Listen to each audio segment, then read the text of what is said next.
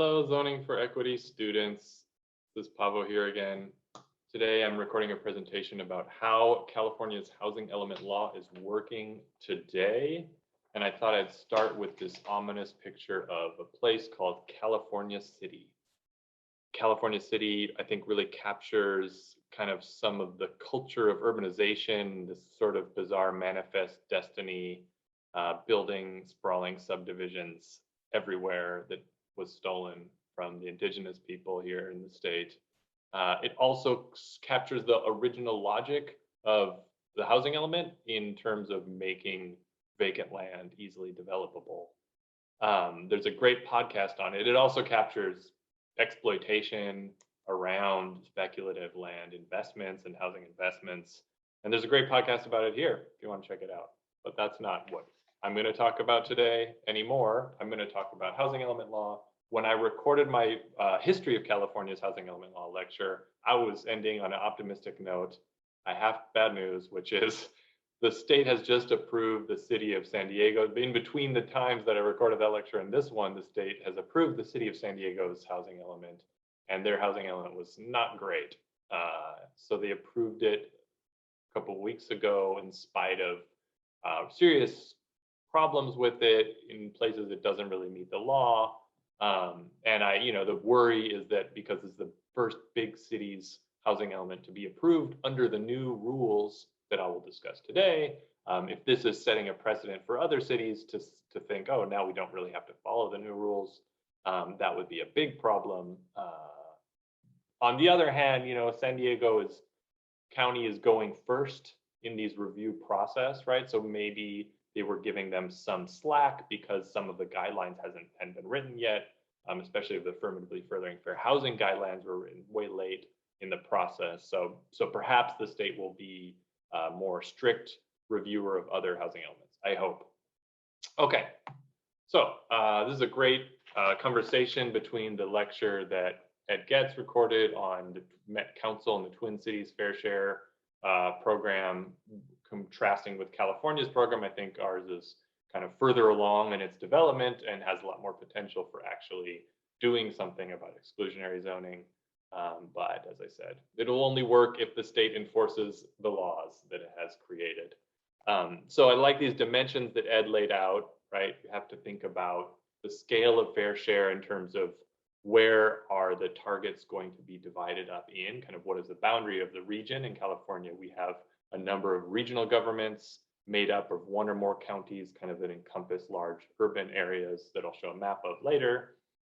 Then within this bigger region, kind of what are the subunits to which you are allocating housing targets, right? So, and this becomes interesting when you have a subunit that's a city, and some cities are 40,000 people and some cities are 4 million people, right? Because as I'll mention later, the city of LA has a bunch of exclusionary neighborhoods within it, and they can accommodate as a city their fair share of housing while still leaving their exclusionary neighborhoods untouched, which is a problem. Then what is being allocated? So this is a big deal.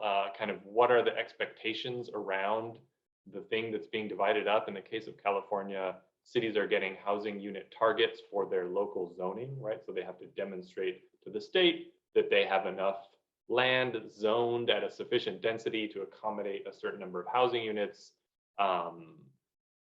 They don't necessarily have to build it, which is a problem. The allocation plan, kind of something I'll discuss, kind of how the regional government or the regional body decides which city gets how much housing need. And then kind of the real rubber hitting the road is what happens if you don't do what you're supposed to do in a fair share system. Here, we're slowly getting a consequence. What you have to do with this housing need, what happens if you don't do it, is really ultimately extremely important. As I mentioned previously, California didn't have a lot of consequences, and as a result, cities ignored the program for a long time. Okay, so I'm going to go over the 5 steps of the housing element law process in California, and then I'll talk a little bit about the cities, the local housing elements themselves. So the big first step is the state determines housing needs for regions, right? I mentioned these regional governments. I think I have a map here. Yep, so you see these regions of the state. Southern California Association of Government has the best acronym, SCAG. SCAG region is 5 counties and 19 million people, so it's nearly half the population of the state. The other big ones are ABAG, Association of Bay Area Government, so that's the San Francisco, San Jose, 9 counties, 7 million. SACOG, Sacramento Council is pretty big. SANDAG, San Diego County is a single county council, is also pretty big. So these are the kind of divided up by large metropolitan areas and then individual counties. So the state assigns each of those regions a big housing need number, and then those regional governments, governments apparently in my PowerPoint, assigns those regional numbers down to the cities and unincorporated areas of counties within them using a methodology in quotes because different regions get to use their own methodology, which is a problem. Then cities and counties get this number of housing need. They have to update the housing element of their general plan to demonstrate to the state that they have enough zoned capacity to accommodate that housing growth. And they have to demonstrate that for the low-income part of their housing need, they have sites that are apt for low-income housing development, which is defined as bigger than half an acre and greater than 30 dwelling units per acre zoning density, right? So we have these sites where you could build low-income housing. There are enough sites to build as much low-income housing as you expect us to see built. Then the state reviews those housing elements and certifies it or doesn't. And then ideally housing gets built or else there's a consequence. So I'll go through each of those steps in a little bit more detail. So until recently, the state projected housing growth using a standard demographic formula of population projections, applying some rate of household formation, adjusting by the vacancy rate, and that was the housing target, right, that they would assign down to regions and then down to cities. A 2017 law made it so that existing need had to be added to this projected household growth number in order to accommodate people that are currently experiencing overcrowding or cost burden. And there was a question left to the bureaucrats as to how to interpret this into actual targets, right? So the law said the regional governments will work with the State Department of Housing and Community Development to develop a methodology to translate rates of overcrowding and rates of cost burden into housing need targets. And this was an interesting moment of laws being implemented. It could have gone in different ways, right? I had suggested an approach that would have led to a much larger number for need. Others suggested an approach that led to much smaller numbers of need. Ultimately, I think their approach was reasonable. Basically, what they did is compared a region's rate of overcrowding, for example, to either the national average rate of overcrowding or the rate of overcrowding in a comparable region, which is its own tricky definition, and then adding 1 unit of housing need for each overcrowded household above this kind of normal rate or average rate in other places, right? So for example, if in a region there was 7% of households experiencing overcrowding and nationally 4% of households experiencing overcrowding, right? You would add, in this case, for a region with 1,000 households, 7% minus 4%, so 3% of those households, 30 units to the housing need number, right? They did a similar approach with the rent burden, right? So households, in the share of households that are rent burden in excess of a national rate or a comparable region's rate of households. So using this existing need led to much larger targets than ever before. So the Bay Area got 135% more. Southern California, we got 230% more housing need assigned than in the last cycle. Why did Southern California get such a larger jump in its housing need compared to the Bay Area? For a couple interesting reasons when we start thinking about kind of this, the formula here. Well, for one, we are a high poverty region, actually, and as a result, and high housing cost region, and as a result, we have the most overcrowded and most rent burden, highest rate in the country of most of any large regions. So that's just led to a higher number. But the interesting part is the Bay Area, the boundaries of the regional government exclude a lot of counties from which supercommuters actually commute into the Bay Area. But you saw that map, Southern California's SCAG region covers Riverside County is huge and includes all the way to to Arizona and Nevada. Imperial County is huge, right? It covers these wide areas. So it brings in a lot of, we capture all of the supercommuters in our commute shed. And then finally, if you want to read more, we wrote a whole brief about this, showing that HCD's choice of comparable region in the case of the Bay Area led to a lower number because they chose kind of similarly supply constrained regions. Okay, so then once the region gets its number, it has to divide that number to its constituent jurisdictions, and they're allowed to develop their own methodology. In the past, they had much more leeway. There was also a law passed in 2017 that told regions that when they're devising this methodology, they needed to consider objective factors. So they had to do it differently than before, but unfortunately that law kind of left them still some leeway to do it in the way they had done it before. The way they had done it before was very bad. You can see my other short lecture on why our housing law, evidence that our housing law isn't working.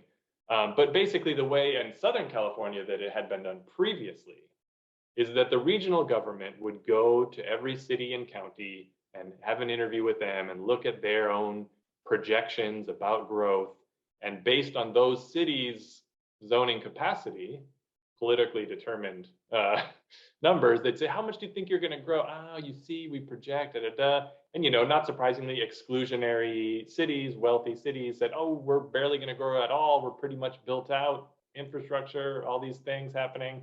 So, we're not going to grow. And then, but if all together the region aggregated a number that met the regional need from each individual jurisdiction's local growth forecast, then the regional government's job was done. And there were a lot of cities in the region, especially the peripheral cities that had a lot of land, that said, oh, we're happy to grow, right? A lot of the Inland Empire used to be like this, or desert cities today are saying, no, we're happy to grow. We'll grow by 10,000 households.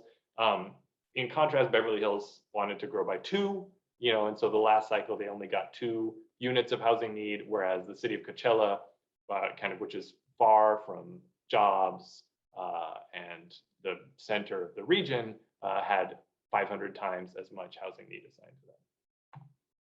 So these are the list of objective factors that the new law passed in 2017 required regional government methodology to consider, but HCD didn't have the final word on the methodology. It was a regional decision. And so in Southern California, there was a huge fight. I could go on and on. I was on the committee to determine this allocation methodology. And it was a very tough fight because there was so much resistance from slow growth, exclusionary cities, especially in Orange County, about kind of this allocation methodology.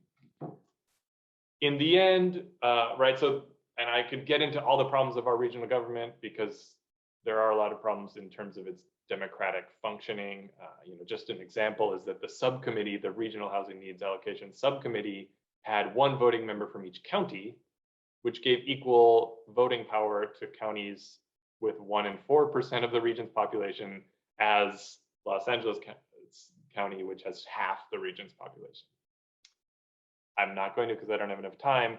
The way it ended up being decided here, we had an allocation of 1.3 million new homes over 8 years. And what happened was 40% of that was assigned based on the local inputs approach of the past, which I was very mad about. The good news is 60% of that number was assigned based on objective measures, a city's transit quality and its proximity to jobs, with a downward adjustment reducing the numbers assigned to extremely disadvantaged cities. So this was a celebrated achievement in terms of politics because it was much more equitable than prior allocations. If you want to read an article about it, there's a link. So in the last round, Beverly Hills got 2 and Coachella got 1,000. In this round, Beverly Hills got 3,500, which is fantastic, but Coachella still got 7,000, right? So Coachella still got twice as much as Beverly Hills, which is dumb, but at least they didn't get 500 times as much. Other regions in California use better methodologies. Sacramento actually, interestingly, has this similar approach where they rely on their Metropolitan Transportation Plan, that's MTP, or Sustainable Community Strategy, this growth forecast methodology. The big difference is their growth forecast methodology isn't bad like ours. Excuse my language in here, I said it sucks. So SACOG ultimately did a much, the actual numbers in terms of where they're being assigned turned out pretty good. San Diego relied exclusively on transit accessibility and job accessibility. The Bay Area has a slightly more complicated, I think, preferable one because they relied more on high opportunity areas, which the state has a definition by census tract. And so they assigned low income units separately from moderate and above moderate income units. And for low income units, they're assigning much more of them to the higher income cities. Okay, so what's being allocated? As I mentioned, housing need is divided up by income category. And so cities have to accommodate growth in households of all income categories. And there is some good equity adjustment, similar to what ABAG does in terms, but all of the regions do this to some extent, where they give greater numbers of greater percentage of low income housing need to more affluent cities, which actually introduces this interesting twist where they're giving greater percentages of above moderate and moderate income housing to less affluent cities. And you might think, does that cause gentrification? I personally think that for many of the cities in the region, we shouldn't be giving them any housing need growth targets, but that's a topic for another day. What jurisdictions must do with these targets is identify sites. So they have to make a list of parcels in their city where new housing can be built. And that list of parcels has to, and for each parcel, they calculate how many housing units it could accommodate. And then those total housing units have to add up to more than their target assigned by the regional government. And they need to deal with low income and moderate and above moderate separately. For their low income housing, sites must be larger than half an acre and zoned at a density of 30 dwelling units per acre or higher, because that's the kind of site that affordable housing developers use to build low income housing. So this, as I'll talk about in the AFFH section, introduces an interesting and challenge and a big problem going forward for anti-exclusionary zoning practice in the US, which is that we don't have a solid model for building subsidized housing at a very low density, but the majority of our high opportunity neighborhoods in the country are low density, right? And small sites. So even if we change the density, the parcels are still 5,000 square feet for most many single family homes, at least in California. And we don't have like an affordable housing model for that size of parcel. Okay, I mentioned this question about City of LA. If you want to learn more, the advocacy group here has done a lot of work around what they call the FAIR plan, which is basically like regional allocation process applied to the City of LA. Because the City of LA is so big, as I mentioned, they in the regional conversation, the council members and the mayor went and they said, no, at City of LA, because it has those jobs, we're happy to take a high housing need target, and we think all the other cities like us should, cities with a lot of jobs and a lot of transit. But then within their city, they don't do the same kind of equitable distribution of need to the different neighborhoods, right? So you have low density neighborhoods in West LA with a lot of jobs and affluent people that don't have to take any of the new housing. It's a problem. Okay, so then cities get this housing need assigned to them. They have to update their housing element. It has these different components. I mentioned the inventory of sites. They do a needs analysis in the beginning. You do an inventory of sites. Then you do this laughable exercise, mostly, in which cities introspectively evaluate governmental constraints to housing development. And if you want to see how consultants can do a good job disguising the truth, you can read some analyses of constraints of exclusionary cities, because I'll tell you, none of them conclude that their development standards or large minimum lot sizes or low density rules are constraints to housing development, right? So they analyze their constraints, but without any specific requirements in terms of how to do this. They never find that their local regulations are constraints to housing development. Then cities have to present a set of housing programs, that programs plus the sites available are going to get housing built. In theory, they're developing a plan to get this housing built. And then a new section, which was added this time around on affirmatively furthering fair housing, that I'll discuss in a separate lecture. Just real quick, one benefit is that this housing element update process gives advocates, right? So even if the city on its own is not going to take any big changes or do anything to change the status quo around exclusionary zoning, it does give an opportunity to force a conversation in the city. And if advocates are there, as in the case of Santa Monica, and ready, then perhaps something can get changed, but not necessarily. Quickly, an example of how cities do the actual summarizing of the sites they have available to accommodate housing targets, right? So they have an appendix with this long list of specific parcels, and for each one, they have a number of units that it can accommodate. In the red box here, you see the ABAG, right? This is the regional government telling them you need to have sites with capacity for 196 units. And then above that, them telling the state government, look, we have a total number of sites. We have sites that can accommodate a total number of 325 units, so we have more than we need to. Okay, so the state then reviews these cities' housing elements and unincorporated counties' housing elements. It's a very interesting process that I would love to know more about the actual details. Conversations with people at HCD, I think I know what happens, but the decisions around how hard to push on cities and how much time to spend and when to not approve a housing element, I think are very interesting. This issue of information asymmetry is rampant, right? Because a reviewer in the state Office of Housing and Community Development has to decide whether sites in the city of Coronado are viable for housing development or not. And they're usually just going to take the word of the city, even though sometimes, that site already has a museum on it or a very viable Trader Joe's or something, right? So there's a lot of issues in terms of kind of how much importance is placed, both because of political decisions, kind of actual street level decisions of the bureaucrats, whether to spend more time and make a big stink about elements of a housing element. And in theory, we have a new housing accountability unit. If you want to learn more about the housing accountability unit, I have recorded a separate lecture from last year with the lead of it, Melinda Coy, who also guides the housing element review team. And we have an interesting conversation about that process. And I'll also just mention here, I forgot to mention when I was showing the City of LA's housing element. The City of LA's housing element so far is great.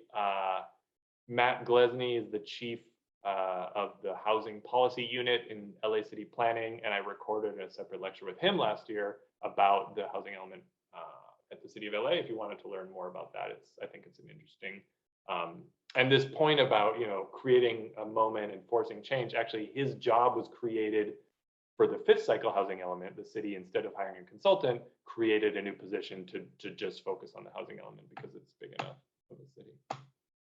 Okay, so I mentioned specific sites problems, right? So this is a past problem and a continuing problem of the housing element process, in which cities say, oh, we have to do a list of parcels where you could potentially build low-income housing.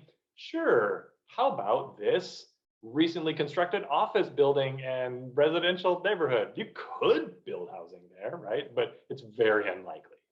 So cities have put kind of some extremely egregious parcels on their site's inventory, a museum, a cemetery, kind of new construction, stuff like that. New rules, in theory, were created to change that. So AB 1397 requires cities to provide substantial evidence for all if they have a lot of non-vacant sites in their inventory, they have to prove to the state or provide substantial evidence that those uses are likely to be discontinued in the next 8 years. I mentioned I'm bummed about San Diego. They didn't do that, and the state approved their housing element anyways, right? So that change is not necessarily happening. I've written a bunch about this with a colleague, Chris Elmendorf, and we have some ideas about how to do this better.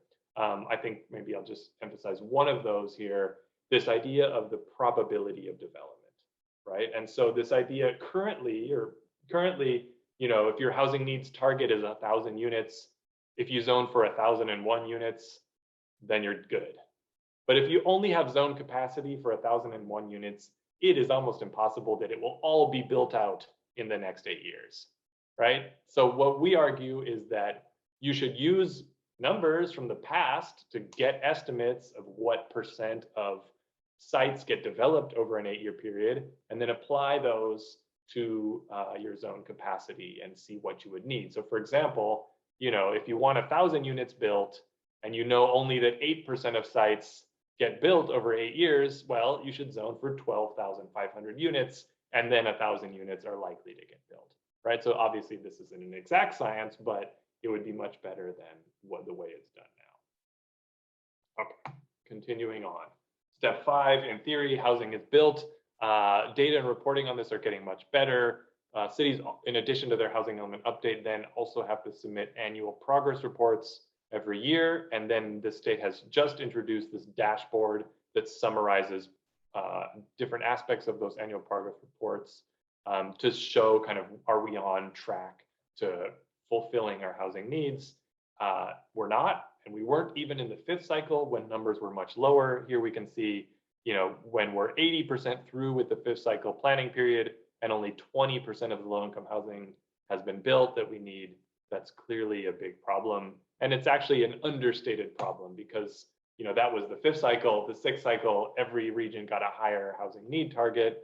So housing need numbers are 2.5 times higher than they were for the 6th cycle kind of in total. And if, you think about, for example, we're building 120,000 housing units per year, roughly. Only 11,000 of those are subsidized. And our goal now is to build 120,000 subsidized units and 300,000 units total, right? So, we're not only not building enough of the market rate housing, we're really not building enough of the subsidized housing. And so this big, the lack of money becomes a clear problem there. We need an order of magnitude more subsidies, and I don't think they're coming from the low-income housing tax credit. Okay, if cities' housing is not built kind of according to their need, this light builder's remedy enters into the picture because of a law passed also in 2017, it was a big year, called SB 35 that was recently extended. And basically, if a city is not meeting their RHNA targets, and a lot of them weren't in the 5th cycle when numbers were lower, I think they really won't be in the 6th cycle now that they have really high numbers. So a lot of this will apply in a lot of cities. Developers can get a builder's remedy similar to Massachusetts 40B, in which they have to have some share of those units affordable. But the downside here is that they have to be zoning compliant. So they have to meet local zoning. The builder's remedy part is that they get an expedited review and the projects are by right. So city councils can't have any discretionary say whether they get approved or not. If they meet the zoning, they can be built. So a lot of projects have used SB 35 already. There's this famous mall in Cupertino that was stuck for 10 years, and then SB 35 enabled it to get built, redeveloped, and there's some articles about that. So I hope that was engaging. Any questions, I'm happy to answer. There's obviously a lot more in there, and I have some good stories about recalcitrant, obstructionist, slow growth elected officials trying to block progress on this, but I didn't have time to get into them. But so I hope I gave you a sense of the process, these 5 steps of the housing planning process in the state, the different components of the housing elements and problems with it, the recent changes mostly in 2017 that give this process some potential, and kind of the never-ending issue of implementation politics. So thanks, and I'll see you later.